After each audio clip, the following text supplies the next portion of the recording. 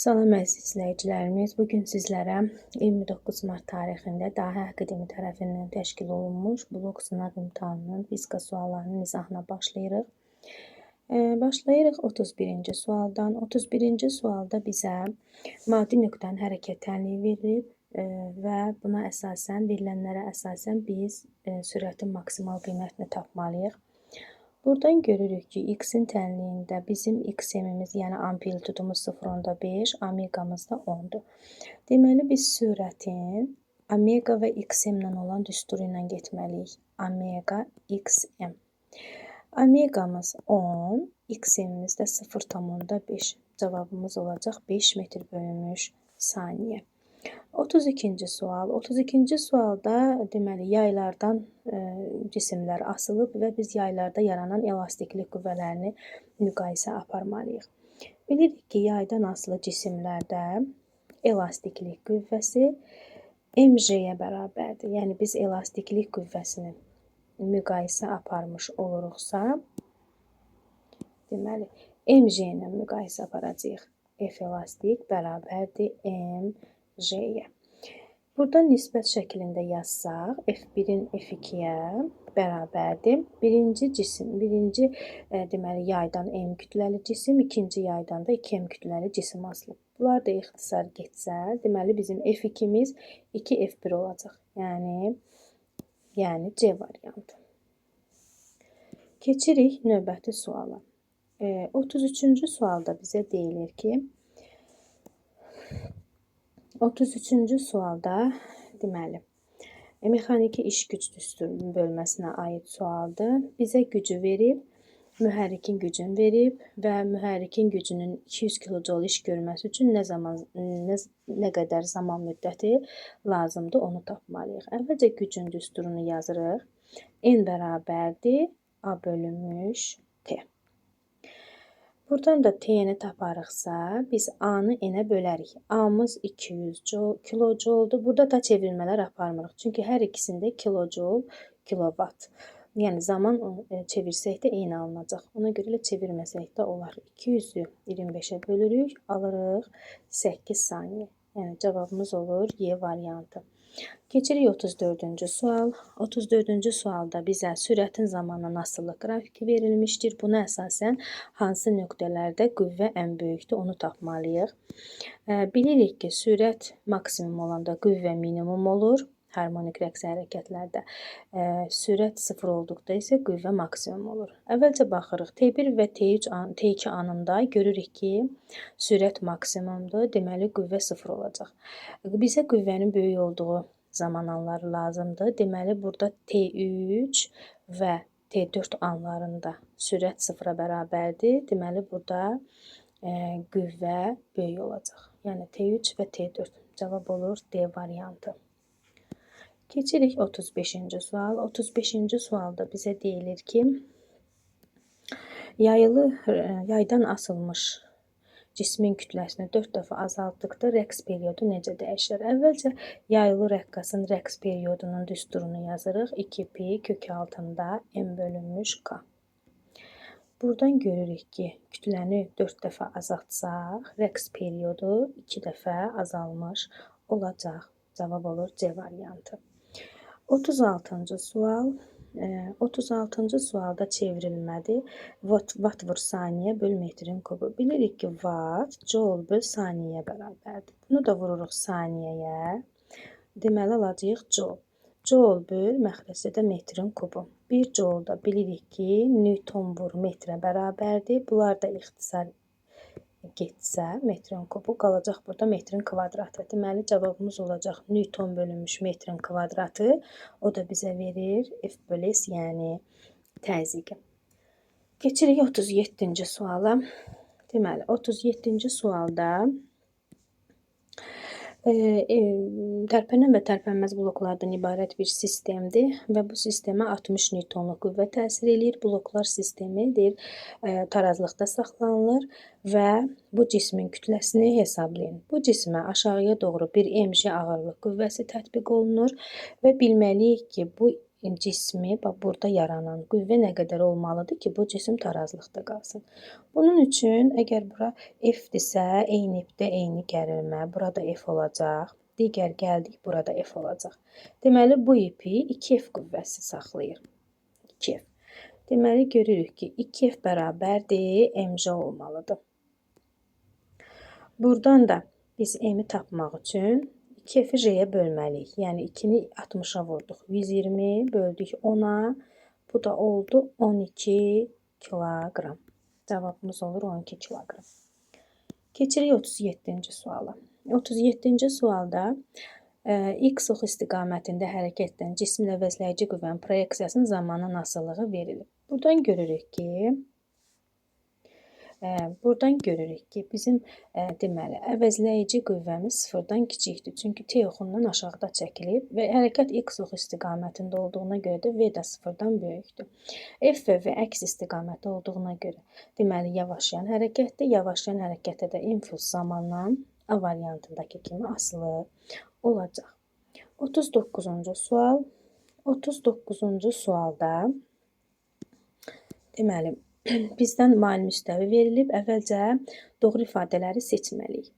Bilirik ki, mail müstəvinin qazancı L bölünmüş H düsturuna əsasən hesablanır. Burada verilib L-imiz 4-dür, H-ımız da 1-dir, deməli 4. Deməli, mail müstəvinin 4 dəfə qazancı var. İşdə qazanc vermir, bəli, işdə qazanc yoxdur. Digərlərinə baxaq, qüvvədə qazanc vermir, yox, dedik ki, qüvvədə 4 dəfə qazanc verir. İşdə 2 dəfə qazanc verir, dedik ki, işdə qazanc vermir. Deməli, cavab doğru variantımız 1 və 2. 40-cı suala keçirik. 40-cı sualda su ilə dolu, tam dolu bir qabdır. Bu qabı tərsinə çevirdikdə qabın dibinə göstərilən təzyiq qüvvəsi necə dəyişir?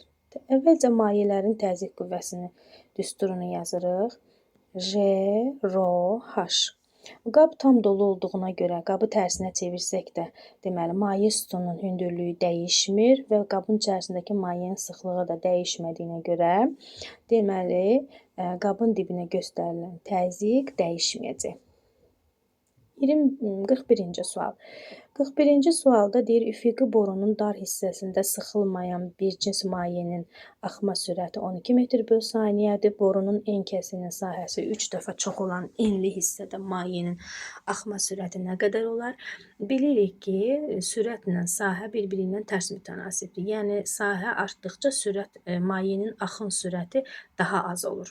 Enli boruda mayenin axın sürəti daha azdır, dar boruda daha çoxdur. Deməli, sahəni 3 dəfə artırırıqsa, axın sürəti 3 dəfə azalacaq. Yəni, 12 idi, olacaq 4. Cavab olur D variantı. Keçirik 42-ci suala. 42-ci sualda deyir, harmonik rəqsi hərəkət edən cismin sürəti haqqında verilən məlumatlardan hansılar doğrudur? Deməli, harmonik rəqsi hərəkət edən cismin. Tutaq ki, belə bir rəqsi hərəkət eləyir. Bura tarazlıq nöqtəsi, burada kənar nöqtəsi. Dedik ki, tarazlıq nöqtəsində sürət maksimum olur, kənar nöqtədə 0 olur. Deməli, birinci doğrudur. İkinci, tarazlıq nöqtəsində 0 olur, xeyr, tarazlıqda maksimum olur. Zamanla düz mütənasib dəyişir. Buradan deyirik ki, sürət harmonik rəqs hərəkətdə ya sinus ya da kosinus qanunu dəyişəcək. Burada zamanla düz mütənasib deməli dəyişməz. 3 də yanlışdır. Deməli, doğru cavabımız yalnız 1 A variantı. Keçirik 43-cü suala. 43-cü sualda deyir ki, kütləsi 2 kiloqram olan cismin 4də 3 hissəsi bataraq suyun səthində üzür. Buna əsasən cismə təsir edən Arximed qüvvəsi nə qədərdir? Əgər cisimlər üzürsə, deməli, Arximed qüvvəsi mc-yə bərabərdir. Arximed qüvvəsi mc-dir. Deməli, kütləmiz 2-dir, J-miz də 10, cavabımız olacaq 20 Newton. B variantı. Keçirik 44-cü suala. 44-cü sualda yenə Arximed qüvvəsi bölməsinə aid bir sualdır. Arximed qüvvəsinin düsturunu yazırıq. Rho, maye, J, V. Buradan deməli, mayenin sıxlığını tapmışıq ki, Arximed qüvvəsini bölürük V, J-yə. Deməli, cavabımız olur mayenin sıxlığı. 45-ci sual. 45-ci sualda mərkəzləri eyni olan çevrələr haqqında məlumatları uyğunlaşdırmalıyıq. Əvvəlcə omeqanı uyğunlaşdırmalıyıq. Omega bucaq sürəti bilirik ki, mərkəzləri eyni olan çevrələrdə omeqalar bir-birinə bərabərdir. Deməli, bərabər olduğu üçün birincinin ikinci, yəni L cisminin L çevrəsinin omeqasının M çevrəsinin omeqasına nisbəti olacaq 1. Deməli, 1-ə getdi D variantı. Gəlirik 2-yə. Mərkəzləri eyni olan çevrələrdə dedik ki, sürətdə, təcildə, bir də L yer dəyiş uzunluq, deməli, radiusla düz mütənasibdir. Burada L çevrəsinin radiusu 2R, M çevrəsinin radiusu da 4-dür. İxtisar getsə, alacağıq 2-də 1. Deməli, sürətlər nisbəti 2-də 1-dir. 2-yə getdi Y. Üçüncü gəlirik təcillərin nisbətinə. Təcillər də yenə də radiusla düz mütənasib asılıdır. Yəni, M-in radiusu 4R-dir, L-inki də 2R-dir, nisbəti olacaq 2. Deməli, cavab olur A. 3-ə A, 1-ə D, 2-yə E, 3-ə A, 1D, 2E, 3A. Cavab olur B variantı. 46-cı sual. 46-cı sualda səs dalğası bir mühitdən digər mühitə keçəndə hansı fiziki kəmiyyət dəyişməz? Dedik ki, səs dalğası bir mühitdən digər mühitə keçdikdə periodu və tezliyi dəyişmir. Sonra 47-ci sual. 47-ci sualda A nöqtəsi ətrafında harmonik rəqs hərəkət olunur. Trayektoriyanın AB hissəsində, yəni A-dan B-yə gəldikdə cisim necə hərəkət eləyər? A-dan B-yə gəldikdə təcil artır və sürət azalır. Sürət azalırsa deyirik yavaşayan, təcil artırsa artan təcillə yavaşayan. Yəni cavabımız olur E variantı. 48-ci sual. Deməli, 48-ci sualda A bərabərdir Fs düsturuna əsasən A bərabərdir F vurulmuş S, yəni işin düsturuna əsasən burada hər bir iş üçün qiymətlər alıb sonra müqayisə aparmalıyıq. Birinci halda F1 S1, yəni işi olacaq 12 joule. İkinci halda 8-i 1-ə vurduq 8, 2-ni də 4-ə vurduq 8. Deməli, görürük ki, birinci halda görülən iş daha böyükdür, ikinci halda və üçüncü halda görülən işlər isə bir-birinə bərabərdir. Cavab olur A variantı. 49-cu sual. 49-cu sualda deyir, çəkisiz link tarazlıqdadır. Ondan asılmış yükün kütləsi, yəni M2 6 kiloqram olarsa, dayağın reaksiya qüvvəsini hesablamalıyıq. Əvvəlcə dayağın reaksiya qüvvəsini göstərək. Demək ki, dayağın reaksiya qüvvəsi yuxarıya doğru göstərilir və dayaqdan. Deməli, əvvəlcə biz dayağın reaksiya qüvvəsini tapmaq üçün M1 kütləli cismin ağırlığını bilməliyik ki, yuxarı doğru yönələn qüvvələrlə aşağı doğru yönələn qüvvələr bir-birinə bərabər olmalıdır ki, bu cisim tarazlıqda qala bilsin. Deməli, burada əvvəlcə M1-i tapaq. Deməli, momentlər qaydasına görə M1 J-nin qolu dayağa qədər 2 bölgü, M2, yəni 60 Newton, 6 kiloqram 60 Newton, onun da qolu 6 bölgüdür. Buradan tapırıq ki, M1 J'miz 360-ı bölürük 2-yə, bu da olacaq 180 Newton. Deməli, burada aşağıya doğru 180 Newtonumuz var. Burada da 60 Newtonumuz var. Dayağın reaksiya qüvvəsi 180 Newtondan 60 Newtonun cəmi olacaq. Yəni, olacaq 240 Newton. 240, yəni B variantı. 50-ci sual. 50-ci sualda, deməli, yayılı rəqqasın sərtliyi məlumdursa, tezliyi hansı cihazın köməyi ilə təyin edə bilərik? Əvvəlcə tezliyin düsturunu yazırıq. 1/2 pi kök altında K bölünmüş M. Sərtlik məlumdur. Deməli, biz kütləni təyin etməklə tezliyi təyin edə bilərik. Kütləni də tərəzi ilə ölçülür. Deməli, olacaq A variantı. Sonra 51-ci sual. 51-ci sualda bizə tərpənən blokdan, deməli, 100 Newtonluq qüvvənin köməyi ilə 60 kiloqram yük asılıb faydalı blokun faydalı iş əmsalı. Deməli, tərpənən blokun faydalı iş əmsalı mj böl 2f vur 100% düsturu ilə hesablanacaq. Verilənləri qoyuruq yerinə. M-imiz 60'dır. Ona vurduq 600. 2 vur. Bu 500 vur. Bu da 100. Cavabımız olacaq 60%. Keçirik növbəti suala. Yer səthindən hansı hündürlükdə atmosfer təzyiqi daha kiçikdir? Bilirik ki, yer səthindən yuxarı qalxdıqca hər 12 metrdən bir atmosfer təzyiqi 1 mm civə sütunu azalır. Yəni ən hündürdə ən kiçik olacaq. A variantı. Keçirik 53-cü suala. 53-cü sualda deyir, açar sözlərindən istifadə edərək mətni tamamlayın. Birinci başlayırıq. Mexaniki dalğa, deməli, mexaniki rəqslərin, yəni 4'ü birinciyə qeyd edirik. Buradan da qeyd edeyim. Sonra zaman keçdikcə mühitdə yayılma prosesidir. Sonra mexaniki dalğa vakuumda yayılmır. Deməli, mexaniki dalğa 3, mexaniki dalğa vakuumda yayılmır. Sonra mühit zərrəciklərin rəqsi dalğanın yayılma istiqamətinə perpendikulyardırsa, belə dalğa eninə dalğa 1, uzunluğuna dalğada isə mühitin zərrəciklərinin dalğanın yayılma istiqamətinə paralel olur 5.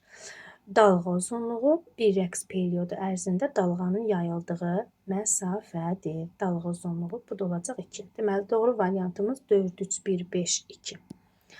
Sonra gəlirik 54-cü suala. 54-cü sualda deyir, dalğanın 2-ci və 5-ci çökəklikləri arasındakı məsafə. Əvvəlcə dalğanı deməli qrafiki çəkək. Bura R, burada X. Deməli bizə 2-ci, bir də 5-ci. Deməli 5 dənə çəkməliyik. 2-ci buradır, 2 bura. 5 də 3, 4, 5. Burada 5'dir. Bu 2-ci ilə 5-ci arasında məsafə 12 metrdir. Dalğa uzunluğu da 2 qonşu qabarıq və yaxud 2 qonşu çökük arası məsafədir.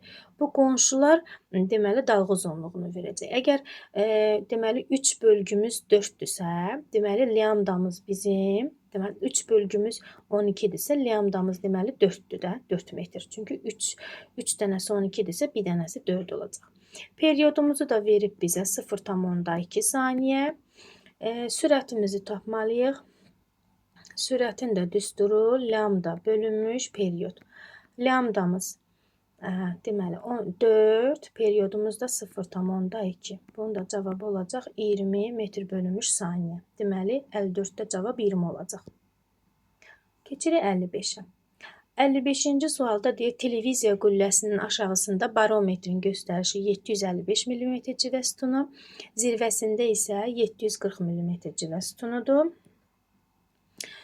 Atmosfer təzyiqinin hər 12 metrdən yuxarı qalxdıqda 1 mm civə sütunu azaldığını bilərək qüllənin hündürlüyünü hesablayın. Deməli, barometr atmosfer təzyiqini ölçür. Qüllənin aşağısında 755'dir, yuxarı qalxanda 740 olub. Əvvəlcə tapaq görək nə qədər azalıb. Deməli 755'dən 740'ı çıxarıq, alarıq. Deməli 15 mm civə sütunu. Deməli 15 mm civə sütunu azalıb.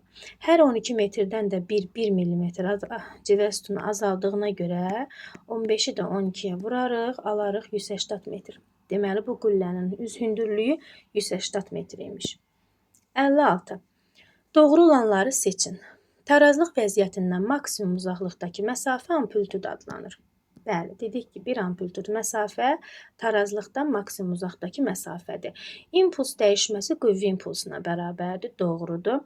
Tərpənməz blok qüvvədə 2 dəfə qazanc verir, yox, dedik tərpənən blok qazanc verir, tərpənməz yox. Düzxətli bərabər sürətli hərəkətdə əvəzləyici qüvvənin işi 0-a bərabərdir, bəli. Doğrudur. Arximed qüvvəsinin istiqaməti şaquli yuxarı, şaquli aşağı daha doğrusu doğrudur. Yox. Dedik ki, Arximed qüvvəsinin istiqaməti cismin batan hissəsinə tətbiq olunur və yuxarıya doğru yönəlir. Sərbəst düşən cisim düz xətli bərabər sürətlə hərəkət edir. Dedik ki, sərbəst düşən cisim yeyinləşən hərəkət edir, bərabər sürətli yox. Doğru variantlarımız 1, 2, bir də 4. Keçirik 57-ci suala. 57-ci sualda bizə deyilir ki, uyğunluğu müəyyənləşdirməliyik. Deməli 1, 2, buradan yazın 1, 2, bu da 3. Aha, birinci. Bilirik ki, cisim mayenin dibinə batıbsa, deməli cismin sıxlığı mayenin sıxlığından çoxdur. Cismin sıxlığı mayenin sıxlığından çoxdur, E variantı. İkincidə, cisim mayenin daxilindədirsə, deməli cismin sıxlığı mayenin sıxlığına bərabərdir, C. Üçüncü, cisim mayenin səthindədirsə, deməli mayenin sıxlığı daha çoxdur. 3-ə də gedir. Nə? D. Deməli, birinci halda ağırlıq qüvvəsi Arximed qüvvəsindən böyükdür. Amma ikinci və üçüncü hallarda tarazlıqdadır dediyinə görə hər iki halda Arximed ağırlığa bərabərdir. Ona görə A-nı heç yerə götürmürük. 1 YB, 2C, 3 də D. Gəldik ətraflılara. Deməli, 58-ci sualda deyilir ki, şəkil verilib və bu şəkildə potensial enerjilərinin nisbətini tapmalıyıq. Y potensial 1-in Y potensial 2-yə nisbəti. Birinci halda kütləsi 3m-dir, H hündürlüyündədir, olacaq 3 mgh. İkinci halda kütləsi 2m-dir, hündürlüyü 2h-dır, olacaq 3m-i 2h-a vuranda 4 mgh. Buradan da mg'lər ixtisar getsə, qalacaq 4-də 3. Doğru variantımız 4-də 3-dür. Keçdik 59-cu suala. 59-cu sualda havadakı cismin deməli ipdə yaratdığı gərilmə qüvvəsi 100 newtondur. Sonra mayeyə saldıqda isə gərilmə qüvvəsi 80 newton olur. Buna əsasən cismin maye tərəfindən təsir edən Arximed qüvvəsini hesablamalıyıq. Deməli,